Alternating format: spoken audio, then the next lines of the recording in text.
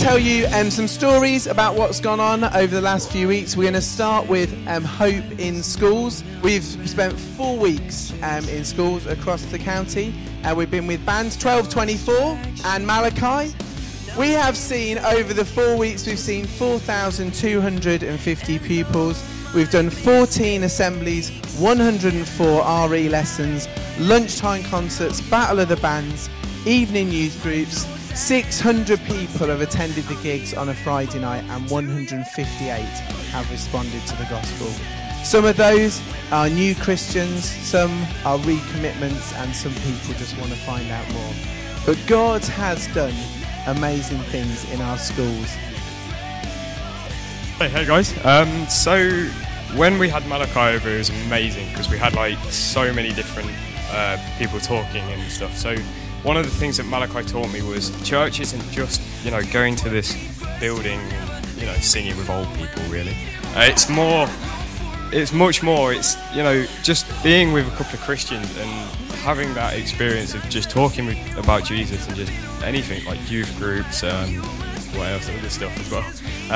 Just coming together, and that's church, really, anything. That, for me, that really helped, because I was just like, church is boring, why do it and stuff. And then Malachi came in and they were like, yeah, this is wicked. So it kind of helped as well, like my youth leaders and stuff, and Mike and Krista are amazing helping me out and stuff. But yeah, Malachi was just amazing, and they really did help me being Christian, so yeah. 1224 came to my school, which is Leicester High School. Everyone loved them. If someone had said that they didn't like 1224, all the girls in my school would kill them, like literally. 1224 did all of our RE lessons and assemblies the week they came. They also did a gig on the Friday night. Our school theatre is quite big, and that night was full of like young, smelly and sweaty teenagers. I asked some people at my school, including teachers, about what they thought of 1224 and if they thought that it have changed the way people think about Christians. One of my friends said, I enjoyed 1224, they were really good. I think some people might change their minds about Christians, so people think that Christians are boring and plain, but after listening to 1224, people might start to think it's cool to be a Christian because 1224 are Christians and they are amazing. A teacher said, I found 1224 music a message. I found 1224's music a message to be energetic and enthusiastic and inspirational. From the reaction of the children, it was a very entertaining experience for them, which they enjoyed. One of my other friends said, they were all right and very loud, but yes, I think because some people think that Christians are boring, but from watching that, I think they could change their minds. My REP teacher said, 1224 broke down a lot of preconceptions and barriers and made Christianity seem cool. I was impressed about how they conducted themselves with the young people. They were friendly and professional. They spoke honestly and the pupils listened and questioned. Even if people didn't agree with the things they said, there was an air of mutual respect. Since they came here, it has increased the knowledge and awareness of the true Christian beliefs and issues, and more people have been interested in Christianity. I personally really loved having 1224 at my school. It has inspired me to work for God. I used to want to be a doctor, but now I want to be a Christian youth worker. I feel like God spoke to me, telling me that this is the right job for me.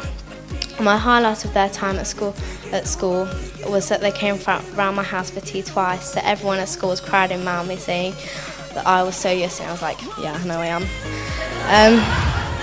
1224 coming to my school has changed the way school think and act around Christians. Also, Breathe, my youth group, has grown from 6 people to 17. Many of them have been inspired by 1224. There is one guy at my school who said that before I met 1224, I was really far away from God, but the Friday night gig made her feel like much closer to God. So she went home and tried praying. She felt like God was speaking back to her, so she had started to come to Breathe. Everyone loved 24, and their week at Leicester High School was great. Hello, we're from Holy Trinity. We did a number of stuff like treasure hunting and giving out balloons and sweets and stuff, and they were really good. One of the stuff we did was actually writing letters, and so we prayed about what we should put in the letters, and we put stuff like messages of love and hope and joy, and we prayed about where we should put them, and so we just placed them in random places around Leicester, and we put our youth workers' phone number on the bottom of it, and we got a few text backs. So some of the things people text about were they were having a rubbish day, but the letter really put a smile on their face and made the journey home a really happy one. One person said they were going through a time with their faith where their faith was really being tested, but the letter of love and hope really encouraged them. And another person said that the letter had really made them smile, so they shared it with the rest of their office. We don't know how the letters affected other people, but we trust that God is working in the hearts of the people who read them, and it was a pleasure to join in with what God was really doing. Along with the sweets that we gave out, there were verses attached to them. And one lady we passed twice, and the second time we passed her, she stopped us to tell us how much that verse had made an impact on her and how it really meant a lot to her. And at the time she'd been using tarot cards and things, and we asked if there was anything we could pray for, and she wasn't really sure, but we told her a bit about church, and we hope that she'll start coming somewhere, or just that those words have made a really big impact, and that she'll start having a bit more of a faith in God. So I'm going to talk about the training day that we did, and this guy called Matt Summerfield that spoke. He says, every idea, every dream is birthed in a moment when something so significant happens, you know life will never quite be the same again. For me, that moment came on a cold winter's evening in November 2000. You'll have to read chapter 3 to find out what happened. Suffice to say, ever since that night, my heart has been burning with a dream to see a generation of gutsy, courageous and uncompromising young people rise up and become God's torchbearers and baton carriers. So I want to talk about the baton carrying part of that, and he said, rather than being your normal Christian and going to church and just praising God, God take the word to everybody around, and he gave us a baton, and he said for people to run around with this baton around the chairs, and for me that showed how quickly God's word can spread and how much you can do on Encounter about spreading the word. Cool. So for anyone who came on Encounter, it really was a special few days, seeing a gutsy, courageous group of young people who just went out and shared God's love. Many, many stories of God using these young people to make a real difference on Encounter. I'm a dad and I go to Lutterworth College. I was brought up in a Christian family and baptised 2 years ago after accepting God for myself. Over the time I've struggled a lot with worry, and it's been quite hard accepting it, but it's been a big part of my life. When Malachi came into our school a few weeks ago and performed in my RE class, I didn't know what to expect at first. I felt a bit nervous about how people would think of me, as they knew I was a Christian too. But I can honestly say I was really touched by the words they gave. They taught about how much we're worth to God, and I think that God really put a seed in my heart about that, and I really feel that the things that they spoke about really touched my heart. And I just want to share a verse, Jeremiah 29:11. For I know the plans I have for you, declares the Lord, plans to prosper you and not to harm you, plans to give you a hope and a future.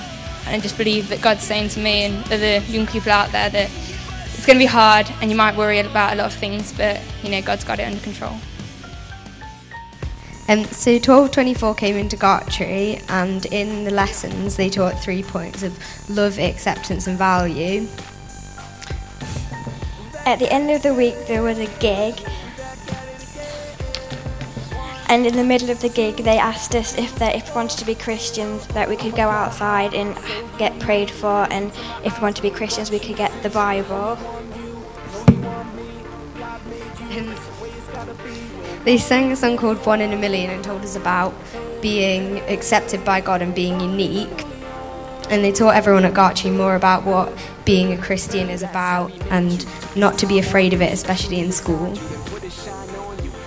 They told us all about how to understand God and that He loves all of us and that we're all unique in our own way, and that I've been made more confident in being a Christian since I became a Christian at Soul Survivor.